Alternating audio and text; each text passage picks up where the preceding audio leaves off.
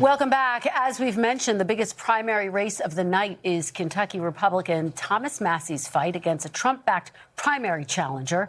But we're watching plenty of other races as well, including both parties picking their candidates for the seat that's been held by Kentucky Senate Republican Senator Mitch McConnell since 1985. Now, on the Republican side, President Trump endorsed Congressman Andy Barr over a McConnell protege, former state attorney general Daniel Cameron.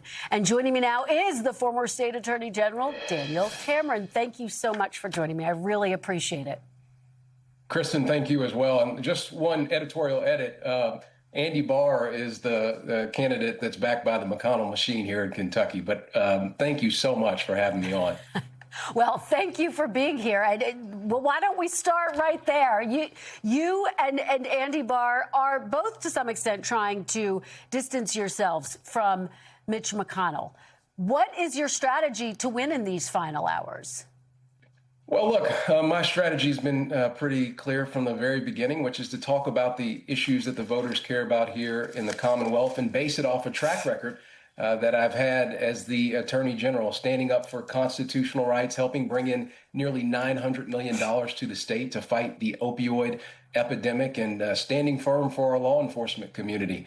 They know that when there are challenges that exist, I'm going to stand firm for them. And it's why I've been endorsed by over 100 law enforcement officials. I've got more Kentucky endorsements than any other candidate in this race. And I'm building a coalition that is going to allow us not only to win tonight when they tally the last vote, but also in November, which is ultimately critical to our chances for Republicans across this great country. How do you win without President Trump's support? Everyone was reminded of the weight of that over the weekend when Senator Bill Cassidy didn't make it to his runoff. Well, what I have been encouraged by, Kristen, is the sheer amount of outpouring of support that we've seen as we've wrapped up our statewide tour. I ended it in my hometown of Hardin County last night, and at every stop, people were saying, Daniel, we've got your back. We know that you are the best candidate to represent change in Washington. Congressman Barr has been there 14 years, is asking for another 6. I'd be a new face, someone with a young family who recognizes the importance of standing firm for the men, women, and children of all 120 counties. I'm beholden to the people of this great Commonwealth. I don't have the big banks and big pharma and big business that are supporting me, but who I do have supporting me are the men, women, and children of these 120 counties. And that's why I'm convinced that, again, when the last vote is tallied, I'm going to be the Republican nominee for the United States Senate.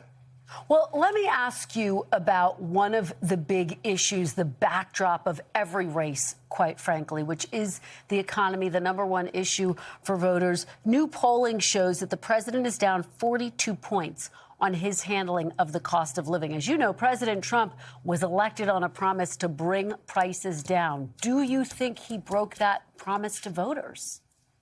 Look, I stand with President Trump and the America First agenda, and it's one that, let me just give you a few snapshots of Kentucky. $2.5 billion because of the Trump economic agenda has come to the Commonwealth in Corning glass that makes the glass for the iPhone. They're manufacturing that in Mercer County. Another $2 billion has gone to the Ford plant here in Louisville, Kentucky, securing roughly 2,200 jobs. In Northern Kentucky, there are countless individuals that I know of as I've traveled that 4th district who have very much said that because of no tips on tax or no tips on overtime, no tips on Social Security, they feel like they've got a better opportunity for not only themselves, but kids and grandkids to help put a little extra food on the table, pay for gas, make sure that when it comes to summer sports for their kids, they're able to pay for that as well. And by the way, no tax on tips included in that. These are signature items that a lot of folks here in the Commonwealth really are grateful for. And again, I support President Trump's economic agenda and know that he has the best interests of the folks here in this Commonwealth. And with the 30 seconds we have left, if you're elected, what will be your number one priority on day one? What's the first action you'll take?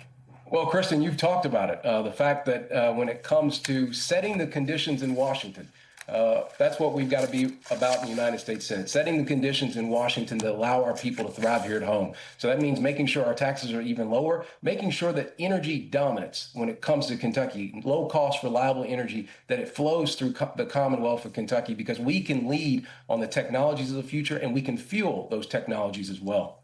All right, Daniel Cameron, thank you and all the best to you in these final hours of the race. We appreciate you joining us on Election Day. I know it's a busy one. Kristen. We thank you for watching, and remember, stay updated on breaking news and top stories on the NBC News app or watch live on our YouTube channel.